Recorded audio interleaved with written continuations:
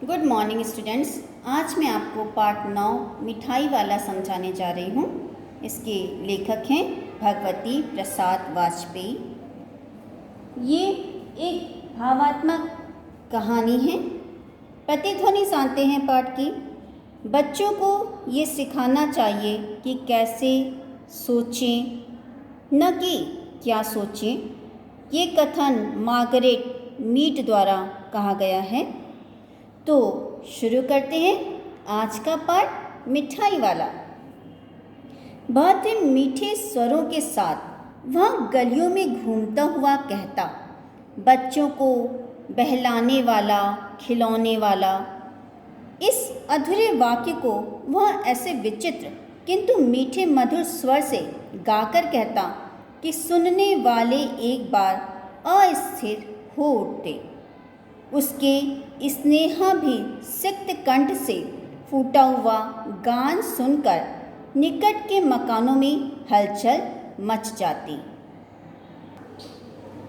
स्नेहा भी सिक्त कंठ होता है, स्नेह से भरे हुए, कंठ से फूटे हुए गान को सुनकर निकट के मकानों में हलचल मच जाती।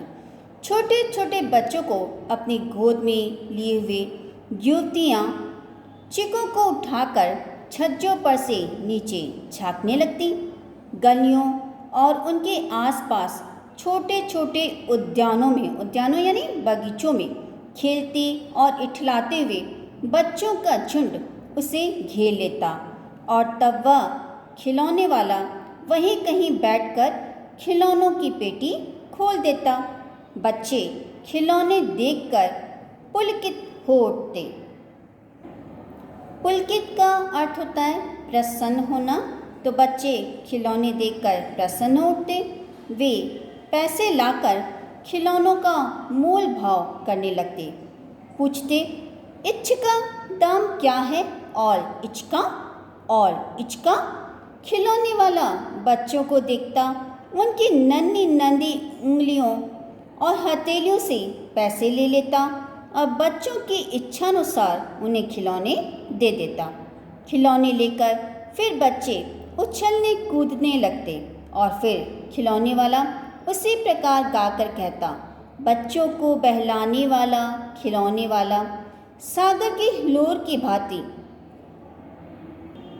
बच्चों, हिलोर का अर्थ होता है लहर, तो सागर की लहर की भांति उसका यह मधुर गान गली भर के मकानों में इस ओर से उस ओर तक लहराता हुआ पहुंचता और खिलौने वाला आगे बढ़ जाता। राय विजय बहादुर के बच्चे भी एक दिन खिलौने लेकर घर आए। वे 2 बच्चे थे, चुन्नू और मुन्नू। चुन्नू जब खिलौना ले आया तो बोला, मेला घोला कैच्छा छुंदले। मुन्नू बोला, ओ देखो मेला हाथी कैच्छा छुंदले। दोनों अपने हाथी घोड़े लेकर घर भर में उछलने लगे। इन बच्चों की माँ रोहिणी कुछ देर तक खड़े खड़े उनका खेल निहारती रही। अंत में दोनों बच्चों को बुलाकर उसने उनसे पूछा, अरे ओ चुन्नू मुन्नू, ये खिलौने तुमने कितने में लिए हैं? मुन्नू बोला, 2 पैसे में खिलौने वाला दे गया है।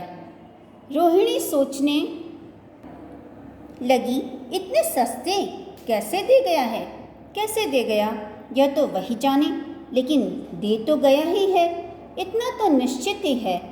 एक जरा सी बात ठहरी। रोहिणी अपने काम में लग गई। फिर कभी उसे इस पर विचार करने की आवश्यकता ही भला क्यों पड़ती? 6 महीने बाद नगर भर में 2 ही 4 दिनों में एक मुरली वाले के आने का समाचार फैल गया। लोग कहने लगे, भाई वाह, मुरली बजाने में एक ही उस्ताद है। मुरली बजाकर, गाना सुनाकर वह मुरली बेचता भी है, वो भी 2-2 पैसे में। भला इसमें उसे क्या मिलता होगा? मेहनत भी तो न आती होगी। एक व्यक्ति ने पूछ ही लिया, कैसा है वह मुरली वाला? मैंने तो नहीं देखा। उत्तर मिला, उम्र तो अभी उसकी अधिक न होगी, यही 30-40 का होगा। दुबला पतला गोरा युवक है। बीकानेरी रंगीन साफा बांधता है, वही तो नहीं जो पहले खिलौने बेचा करता था? क्या वह पहले खिलौने भी बेचता था? हाँ, जो हुलिया तुमने बतलाया वह भी ऐसा ही था। तो वही होगा, पर भाई है वह उस्ताद। प्रतिदिन इसी प्रकार उस मुरली वाले की चर्चा होती। नगर की प्रत्येक गली में उसका मधुर मृदुल माने कोमल स्वर सुनाई देता। बच्चों को बहलाने वाला मुरली वाला। रोहिणी ने भी मुरली वाले का यह स्वर सुना। तुरंत ही उसे खिलौने वाले का स्मरण हो आया। स्मरण का अर्थ होता है याद। तो रोहिणी को तुरंत ही खिलौने वाले की याद आ गई। उसने मन ही मन कहा, खिलौने वाला इसी तरह गा गा कर खिलौने बेचा करता था। रोहिणी उठकर अपने पति विजय बाबू के पास गई। बोली, जरा उस मुरली वाले को बुलाओ तो चुन्नू मुन्नू के लिए मुरली ले लूं। क्या जाने यह फिर इधर आए न आए। वे भी लगता है पार्क में खेलने निकल गए हैं। विजय बाबू उस समय समाचार पत्र पढ़ रहे थे। उसी तरह उससे लिए दरवाजे पर आकर मुरली वाले से बोले, क्यों भाई, किस तरह देते हो मुरली? किसी की टोपी गली में गिर पड़ी, किसी का जूता पार्क में ही छूट गया और किसी की सोथनी यानी पाजामा ही ढीली होकर लटक आई। इस तरह दौड़ते हाफते हुए बच्चों का झुंड वहां आ पहुंचा। एक स्वर से बोल उठे, अम्बी ले दे मुरली और अम्बी ले दे मुरली। मुरली वाला गदगद हो उठा। गदगद का अर्थ होता है प्रसन्नचित्त हो जाना। सबको देंगे भैया, लेकिन जरा रुको, जरा ठहरो, एक एक को लेने दो। अभी इतनी जल्दी हम लौट थोड़े ही जाएंगे। बेचने तो आ ही हैं और हैं भी इस समय मेरे पास, एक दो नहीं पूरी 57। हाँ बाबूजी, क्या पूछा था आपने? कितने में दी?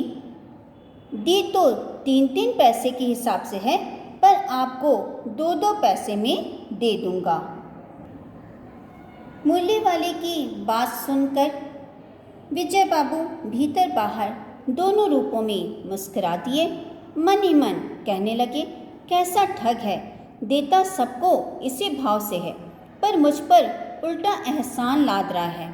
फिर बोले, तुम लोगों को झूठ बोलने की आदत ही होती है। देते होगे सभी को 2-2 पैसे में, पर एहसान का बोझ मेरे ही ऊपर लाद रहे हो। विजय बाबू की यह बात सुनकर मुरली वाला एकदम असहज हो उठा। बोला, आपको क्या पता बाबूजी कि इनकी असली लागत क्या है? यह तो ग्राहकों का दस्तूर होता है। दस्तूर का अर्थ होता है रीति या प्रथा, कि दुकानदार चाहे हानि उठाकर चीज़ क्यों न बेचे, पर ग्राहक यही समझते हैं दुकानदार मुझे लूट रहा है। आप भला काहे को विश्वास करेंगे, लेकिन सच पूछिए तो बाबूजी असली दाम 2 ही पैसा है। आप कहीं से भी 2 पैसों में से मूलियाँ नहीं पा सकते। मैंने तो पूरी 1000 बनवाई थी, तब मुझे इस भाव पड़ी हैं। विजय बाबू बोले, अच्छा, मेरे पास ज़्यादा वक्त नहीं, जल्दी से निकाल दो। 2 मूलियाँ लेकर विजय बाबू फिर मकान में पहुंच गए। मूली वाला देर तक उन बच्चों के झुंड में मूलियाँ बेचता रहा। उसके पास कई रंग की मूलियाँ थीं। बच्चे जो रंग पसंद करते, मूली वाला उसी रंग की मूली निकाल देता। बच्चों, आज का पाठ मैं यहीं समाप्त करती हूँ। इसके आगे का पाठ मैं आपको अगले वीडियो में समझाऊंगी।